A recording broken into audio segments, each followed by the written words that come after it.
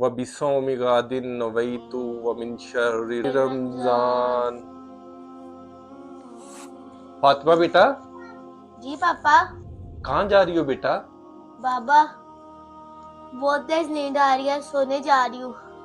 बेटा सहरी तो कर ली, अभी थोड़ी देर में फजर की अजान हो जाएगी, तो नमाज पढ़कर सोना। बाबा इस वक्त बड़ी मीठी मीठी नींद आती है। बेटा अगर तुम दुनिया और आखिरत में दोनों में कामयाबी चाहते हो तो ये दो बातें याद रखना। कौन सी दो बातें? पहली ये, थोड़े से मजे के लिए कभी गुनाह मत करना, क्योंकि मजा चला जाता है पर गुनाह बाकी रह जाता है। और दूसरी ये, थोड़ी सी तकलीफ के लिए कभी कोई अमाल मत छोड़ना, क्योंकि तकलीफ तो चली जाती है पर इमाल बाकी रहता है बेटा। मतलब मैं समझी नहीं बाबा।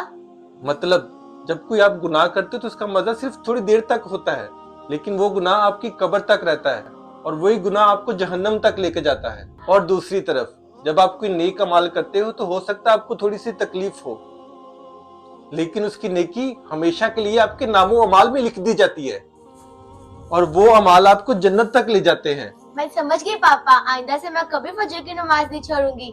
इंशाल्लाह बेटा। अगर आपको हमारा ये मैसेज अच्छा लगा हो तो सदका जारिया समझकर शेयर लाजमी कीजिएगा।